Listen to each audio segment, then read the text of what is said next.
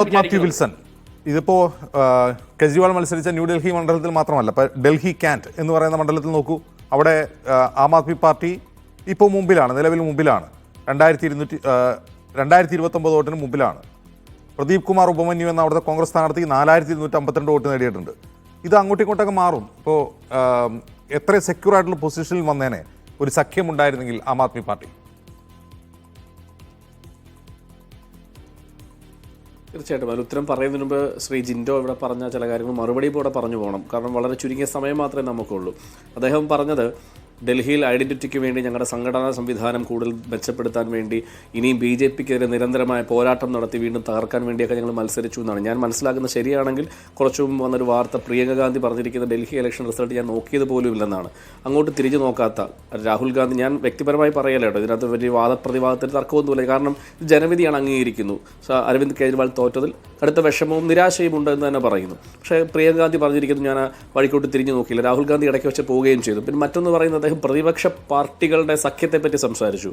ഞാൻ മനസ്സിലാക്കുന്നത് അഖിലേഷ് യാദവും രാഹുൽ ഗാന്ധിയും പെടാ ദോസ്തുക്കളാണ് എന്നാണ് ഞാൻ മനസ്സിലാക്കുന്നത്. അവരൊന്നിച്ച് യു പിയിൽ ഇന്ത്യ സഖ്യത്തിന് വേണ്ടി ഒരേ വേദി പങ്കിടുകയും സംസാരിക്കുകയും ചെയ്ത വ്യക്തികളാണ്. പക്ഷേ അഖിലേഷ് യാദവ് ഡൽഹിയിൽ വന്ന് പ്രചരണത്തിൽ വോട്ട് പിടിച്ചത് ആം ആദ്മിക്ക് വേണ്ടിയാണ്.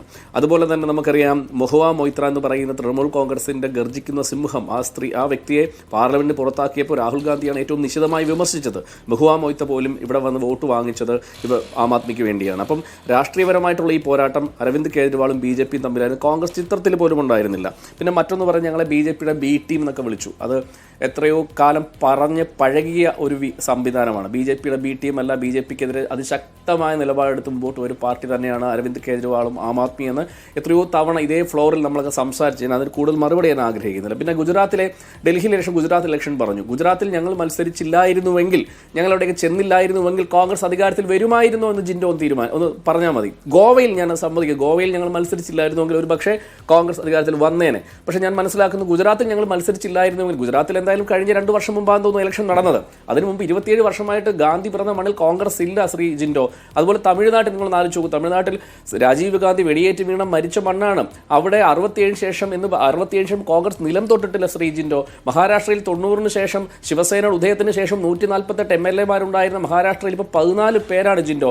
തൃണമൂൽ കോൺഗ്രസ് ഉണ്ടായ ബംഗാളിൽ നിങ്ങളുടെ സ്ഥിതി എന്താണെന്ന് അറിയാമല്ലോ. യു പിയിൽ നിങ്ങളുടെ സ്ഥിതി എന്താണെന്ന് അറിയാമല്ലോ. നിങ്ങൾക്കറിയാം ആന്ധ്രയിൽ ഞാൻ 2009 YSR ഭരിക്കുന്ന സമയത്ത് YSR എന്ന് പറയുന്ന ഏറ്റവും അതികായകനായ രാഷ്ട്രീയ നേതാവ് ഉദയം ചെയ്ത് യാത്ര നടത്തി അവിടെ കടന്നു വന്ന YSR മരിച്ച സമയം അദ്ദേഹത്തിന്റെ മകൻ ജഗ്മോഹൻ എന്ന് പറയുന്ന വ്യക്തി ഒരു ക്ലെയിം ഉന്നയിച്ചു. നിങ്ങൾ കൊടുക്കാതെ റോസൈ വെച്ച് കോൺഗ്രസ് ആടപടൽ അവിടെ പോയി. ഇപ്പോൾ അവിടെ ഇല്ല. പിന്നെ അവസാനം അന്ന് നിങ്ങൾ കണ്ട മുഖ്യമന്ത്രി നിതീഷ് കുമാർ റെഡ്ഡി എന്ന് പറയുന്ന ആൾ പിന്നെ BJP ടിക്കറ്റിലാണ് മത്സരിച്ച്. ഇപ്പം നിങ്ങൾ തിരിച്ചു വരാൻ ശ്രമിക്കുന്നു. അപ്പം നിങ്ങൾ ഈ സംസ്ഥാനങ്ങളിൽ ഒന്നും എത്രയോ കുറച്ചു മുമ്പ് ചർച്ചയിൽ കോൺഗ്രസിന്റെ മറ്റൊരു വക്താവ് പറഞ്ഞത് ചെറിയ യുദ്ധങ്ങൾ ഞങ്ങളിങ്ങനെ വലിയ യുദ്ധങ്ങൾ ജയിക്കാനാണ്. നിങ്ങൾ ഏതാണ്ട് ഒരു 10-30 വർഷമായി ഈ പറയുന്ന സംസ്ഥാനങ്ങളിൽ ഹിന്ദിയുടെ ഹൃദയഭൂമിയിൽ നിങ്ങൾ ഒരു ചെറിയ യുദ്ധവും വലിയ യുദ്ധവും നടത്തി ജയിച്ചിട്ടില്ല. പക്ഷേ 12 വർഷം കൊണ്ട് ഈ പാർട്ടി ഇന്ത്യയിൽ ചെറിയ യുദ്ധവും വലിയ യുദ്ധവും ജയിച്ചിട്ടുണ്ട്. പിന്നെ ഒരു കാര്യം പറയാം, കേജ്രിവാൾ ഞങ്ങളെ പഠിപ്പിച്ചത് ഞങ്ങൾക്ക് ആശയമില്ല എന്നൊക്കെ ജിൻഡോ പറഞ്ഞു പോയി. ശരിയാണ്. പക്ഷേ ഞങ്ങളെ പഠിപ്പിച്ചത് മേ ഹൂം കേജ്രിവാൾ എന്നാണ്. നിങ്ങൾ ഓരോരുത്തരും കേജ്രിവാളാണ്. കേജ്രിവാൾ എന്ന് പറയുന്ന വ്യക്തിയിൽ മാത്രം ഒതുങ്ങി നിൽക്കുന്ന ഒരു പാർട്ടി, അതൊരു ആശയത്തിന്റെ. പിന്നെ ഞങ്ങൾക്ക് ചട്ടക്കൂടില്ല,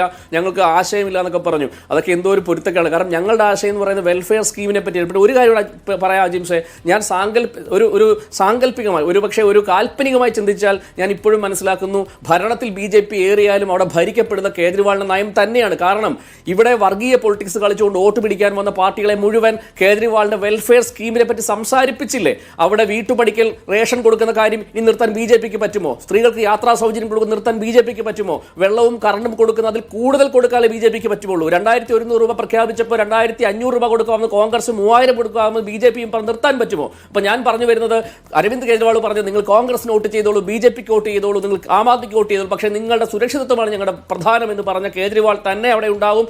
അപ്പുറത്ത് മത്സരിച്ച് ജയിച്ചു കഴിഞ്ഞാൽ ഇത് നിർത്താൻ ഞങ്ങൾക്കൊരു ഐഡിയോളജി ഇല്ല എന്ന് അഭിമാനപൂർവ്വം പറയുമ്പോൾ നിങ്ങൾ മനസ്സിലാക്കേണ്ട ഒരു കാര്യം, 2020 കെജ്രിവാൾ അധികാരത്തിൽ വന്ന് 20 ദിവസത്തിനുള്ളിൽ നടന്ന ഡൽഹി കലാപത്തിൽ മരിച്ചത് 53 പേരാണ്. ആ 53 പേർക്ക് ഫ്രീ റേഷനും ഫ്രീ വൈദ്യുതിയും കൊടുത്തിട്ട് എന്ത് കാര്യം?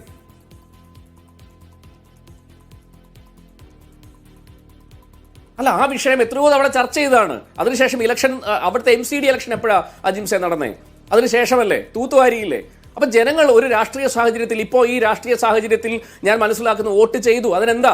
ആന്റി ഇൻകംബൻസി, ഒരു 10 വർഷമായി ഭരിക്കുന്ന ഒരു പാർട്ടിയെ സംബന്ധിച്ച് ചില ആന്റി ഇൻകംബൻസി ഫാക്ടേഴ്സ് വരും. അത് അംഗീകരിക്കുന്നു, ജനവധി അതോടുകൂടി ഇതൊക്കെ തീർന്നു പോയി, ഇതങ്ങ് ഇല്ലായ്മപ്പെട്ടു പോയി. ഞങ്ങൾ ഇനിയും പിന്നെ ഒരു കാര്യം പറയും, ഇതിന്റെ ഗുണഭോക്താക്കൾ ആരാ? നമ്മൾ ഈ പ്രണയ പകയിലൊക്കെ പോലീസുകാർ പറയുന്ന ഒരു കഥയുണ്ട്. ഈ ചില ആമ്പിളാർ പറയും നിന്നെ കൊല്ലും ഞാനും ചാവും എന്ന് പറയുന്നത് എന്താണ്? അതേപോലെയാണ് ഇവിടെ മത്സരിച്ചു 7% വോട്ട് വാങ്ങിച്ചു. ഗുജറാത്തിൽ ഞാൻ അതാ ജിൻഡോയോട് ചോദിച്ചത്, ഗുജറാത്തിൽ ഞങ്ങൾ മത്സരിച്ചില്ലായിരുന്നു, നിങ്ങൾ അധികാരത്തിൽ വരുമായിരുന്നുവെങ്കിൽ ഞാൻ ആ തെറ്റ് സമ്മതിക്കാൻ തയ്യാറാണ്, അങ്ങയുടെ കാലം സാഷ്ടാംഗം പ്രണമിക്കാം. പക്ഷേ ഞങ്ങൾ വന്നില്ലായിരുന്നുവെങ്കിലും, ഞങ്ങൾ അവിടെ ഇല്ലായിരുന്നു, ഞങ്ങൾ വരുമായിരുന്ന സാഹചര്യത്തിൽ നിങ്ങൾ അവിടെ ജയിക്കില്ല.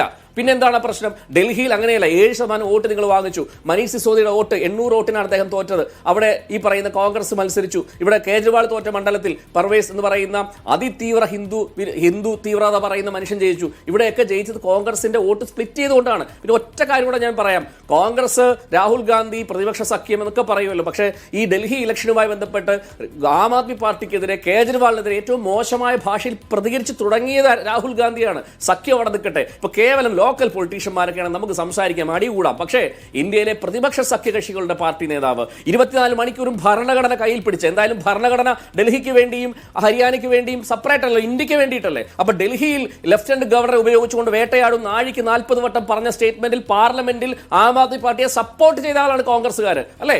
ആ ബില്ല് കൊണ്ടുവന്നപ്പോൾ അതിനെ എതിർത്തവരാണ്. ഒറ്റ സുപ്രഭാതത്തിൽ ഈ ഭരണഘടനാ മൂല്യം ഉയർത്തിപ്പിടിക്കുന്ന സാഹചര്യത്തിൽ എങ്ങനെ ഡൽഹിയിൽ വരുമ്പോൾ ഇതെല്ലാം ഞങ്ങളാന്ന് പറയുന്ന സാഹചര്യം? അപ്പോൾ അധികാരത്തിൽ അവിടെ വോട്ട് സ്പ്ലിറ്റ് ചെയ്യണം. എന്തായാലും ഒറ്റ കാര്യം പറയാം, ഇവിടെ മത്സരിച്ചുള്ള കോൺഗ്രസ് ജയിക്കുമായിരുന്നു.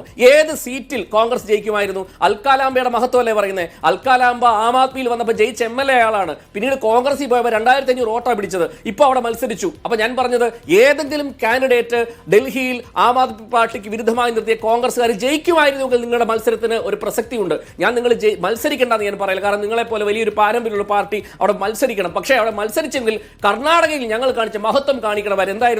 കർണാടക എല്ലാ അസംബ്ലി സീറ്റിലും ഞങ്ങൾ മത്സരിച്ചു. പക്ഷേ അരവിന്ദ് കേജ്രിവാളോ ഏതെങ്കിലും കേന്ദ്ര നേതാക്കന്മാർ അവിടേക്ക് വന്നില്ല. എന്ന് അരവിന്ദ് കേജ്രിവാൾ പറഞ്ഞു, കർണാടകയിൽ നമ്മൾ ഫോക്കസ് ചെയ്യുന്നില്ല, പക്ഷേ ഒരു നാഷണൽ പാർട്ടി നിലയിൽ അസംബ്ലിയിൽ മത്സരിക്കുന്നു. ഒരൊറ്റ നേതാക്കന്മാരും അങ്ങോട്ട് വോട്ട് പിടിച്ചില്ല. കാരണം കൃത്യമായ സ്റ്റേറ്റ്മെന്റ് ഉണ്ടായിരുന്നു, കർണാടകയിൽ BJP അവിടെ തോക്കണം, കോൺഗ്രസ് വരണം. ആ മര്യാദ കാണിക്കണമായിരുന്നു എന്ന് മാത്രമേ പറയുന്നുള്ളൂ. അല്ലാതെ അവിടെ മത്സരിക്കേണ്ടതെന്ന് ഞാൻ പറയില്ല. അത്ര ബുദ്ധിശൂന്യമായ സ്റ്റേറ്റ്മെന്റ് പറയാൻ ഞാൻ തയ്യാറുമല്ല. പക്ഷേ നിങ്ങൾ ഒരു പ്രതിപക്ഷ നേതാവ് രാഹുൽ ഗാന്ധിയെ പോലെ ആൾക്കാരെ ക്രൗഡ് പുൾ ചെയ്യുന്ന ഒരു മനുഷ്യൻ അവിടെ വന്ന് നാഴിക്ക് 40 വട്ടം നരേന്ദ്രമോദിയെക്കാളും മ്ലേച്ഛനാണ് അരവിന്ദ് കേജ്രിവാൾ എന്ന് പറഞ്ഞത്. പിന്നെ ഒരു കാര്യം കൂടെ പറഞ്ഞുകൊണ്ട് അവസാനിപ്പിക്കാം.